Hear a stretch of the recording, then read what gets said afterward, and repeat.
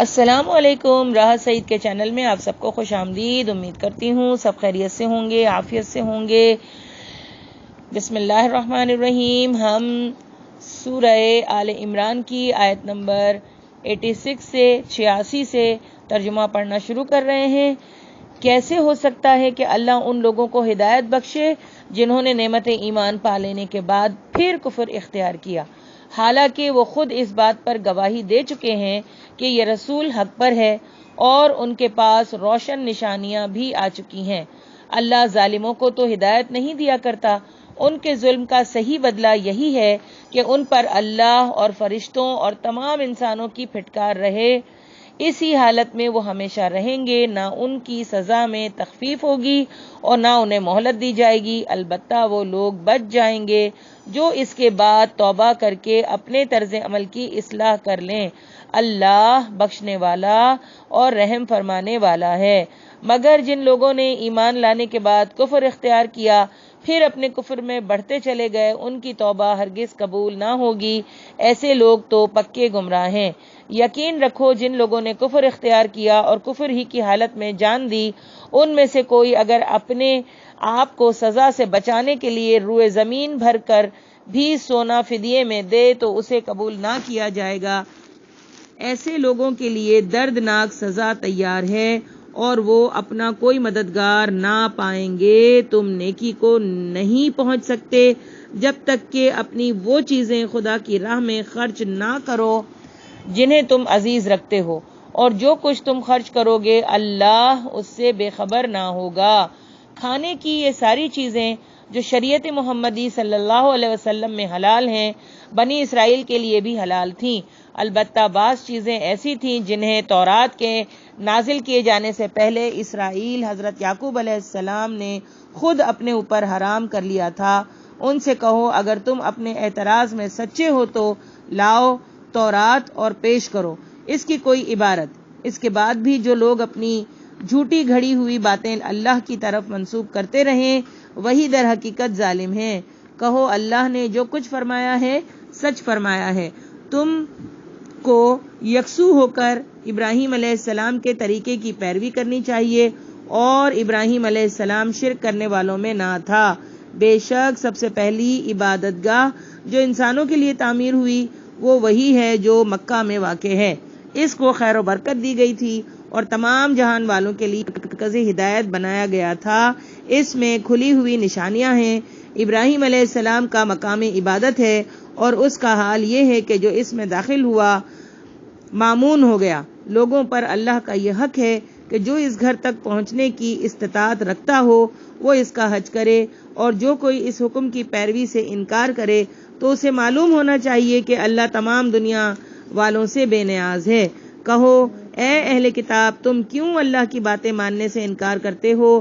جو حرکتیں تم کر رہے ہو اللہ سب کچھ دیکھ رہا ہے۔ کہو اے اہل کتاب یہ تمہاری کیا روش ہے کہ جو اللہ کی بات مانتا ہے اسے بھی تم اللہ کے راستے سے روکتے ہو اور چاہتے ہو کہ وہ ٹیڑھی راہ چلے، حالانکہ تم خود اس کے راہ راست ہونے پر گواہ ہو۔ تمہاری حرکتوں سے اللہ غافل نہیں ہے۔ اے لوگوں جو ایمان لائے ہو، اگر تم نے ان اہل کتاب میں سے ایک گروہ کی بات مانی تو یہ تمہیں ایمان سے پھر کفر کی طرف پھیر لے جائیں گے۔ تمہارے لیے کفر کی طرف جانے کا اب کیا موقع باقی ہے جب کہ تم کو اللہ کی آیات سنائی جا رہی ہیں اور تمہارے درمیان اس کا رسول موجود ہے جو اللہ کا دامن مضبوطی کے ساتھ تھامے گا وہ ضرور راہ راست پا لے گا۔ اے لوگوں جو ایمان لائے ہو اللہ سے ڈرو جیسا کہ اس سے ڈرنے کا حق ہے۔ تم کو موت نہ آئے مگر اس حال میں کہ تم مسلم ہو۔ سب مل کر اللہ کی رسی کو مضبوط پکڑ لو اور تفرقہ میں نہ پڑو۔ اللہ کے اس احسان کو یاد رکھو جو اس نے تم پر کیا ہے۔ تم ایک دوسرے کے دشمن تھے، اس نے تمہارے دل جوڑ دیے اور اس کے فضل و کرم سے تم بھائی بھائی بن گئے۔ تم آگ سے بھرے ہوئے تھے، ایک گڑھے کے کنارے کھڑے تھے، اللہ نے تم کو اس سے بچا لیا۔ اس طرح اللہ اپنی نشانیاں تمہارے سامنے روشن کرتا ہے، شاید کہ ان علامتوں سے تمہیں اپنی فلاح کا سیدھا راستہ نظر آ جائے۔ تم میں کچھ لوگ تو ایسے ضرور ہی ہونے چاہیے جو نیکی کی طرف بلائیں، بھلائی کا حکم دیں اور برائی سے روکتے رہیں۔ جو لوگ یہ کام کریں گے وہی فلاح پائیں گے۔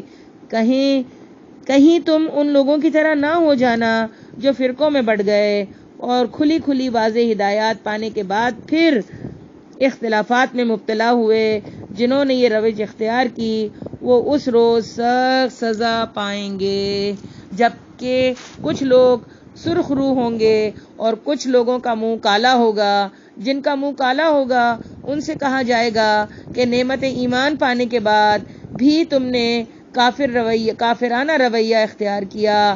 اچھا تو اب اس کفرانہ نعمت کے صلے میں عذاب کا مزہ چکھو۔ رہے وہ لوگ جن کے چہرے روشن ہوں گے تو ان کو اللہ کے دامن رحمت میں جگہ ملے گی اور ہمیشہ وہ اسی حالت میں رہیں گے۔ یہ اللہ کے ارشادات ہیں جو ہم تمہیں ٹھیک ٹھیک سنا رہے ہیں، کیونکہ اللہ دنیا والوں پر ظلم کرنے کا کوئی ارادہ نہیں رکھتا۔ زمین و آسمان کی ساری چیزوں کا مالک اللہ ہے اور سارے معاملات اللہ ہی کے حضور پیش ہوتے ہیں۔ اب دنیا میں وہ بہترین گروہ تم ہو جسے انسانوں کی ہدایت و اصلاح کے لیے میدان میں لایا گیا ہے۔ تم نیکی کا حکم دیتے ہو، بدی سے روکتے ہو اور اللہ پر ایمان رکھتے ہو۔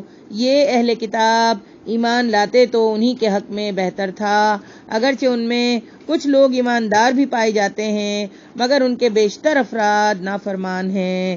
یہ تمہارا کچھ بگاڑ نہیں سکتے، زیادہ سے زیادہ بس کچھ ستا سکتے ہیں۔ اگر یہ تم سے لڑیں تو مقابلے میں پیٹھ دکھائیں گے، پھر ایسے بے بس ہوں گے کہ کہیں سے ان کو مدد نہ ملے گی۔ یہ جہاں بھی پائے گئے ان پر ذلت کی مار ہی پڑی۔ کہیں اللہ کے ذمہ یا انسانوں کے ذمے میں پناہ مل گئی تو یہ اور بات ہے۔ یہ اللہ کے غضب میں گھر چکے ہیں، ان پر محتاجی و مغلوبی مسلط کر دی گئی ہے، اور یہ سب کچھ اسی وجہ سے ہوا ہے کہ یہ اللہ کی آیات سے کفر کرتے رہے اور انہوں نے پیغمبروں کو ناحق قتل کیا۔ یہ ان کی نافرمانیوں اور زیادتیوں کا انجام ہے۔ مگر سارے اہل کتاب یکساں نہیں ہیں، ان میں کچھ لوگ ایسے بھی ہیں جو راہ راست پر قائم ہیں، راتوں کو اللہ کی آیات پڑھتے ہیں اور اس کے آگے سجدہ ریز ہوتے ہیں، اللہ اور روز آخرت پر ایمان رکھتے ہیں، نیکی کا حکم دیتے ہیں، برائیوں سے روکتے ہیں اور بھلائی کے کاموں میں سرگرم رہتے ہیں۔ یہ صالح لوگ ہیں، اور جو نیکی بھی یہ کریں گے اس کی ناقدری نہ کی جائے گی۔ اللہ پرہیزگار لوگوں کو خوب جانتا ہے۔ رہے وہ لوگ جنہوں نے کفر کا رویہ اختیار کیا تو اللہ کے مقابلے میں ان کو نہ ان کا مال کچھ کام دے گا نہ اولاد، وہ تو آگ میں جانے والے لوگ ہیں اور آگ ہی میں ہمیشہ رہیں گے۔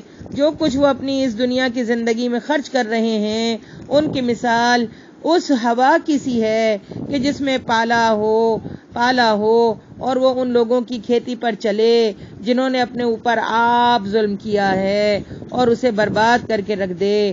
اللہ نے ان پر ظلم نہیں کیا، در حقیقت یہ خود اپنے اوپر ظلم کر رہے ہیں۔ اے لوگوں جو ایمان لائے ہو، اپنی جماعت کے لوگوں کے سوا دوسروں کو اپنا رازدار نہ بناؤ، وہ تمہاری خرابی کے کسی موقع سے فائدہ اٹھانے میں نہیں چوکتے۔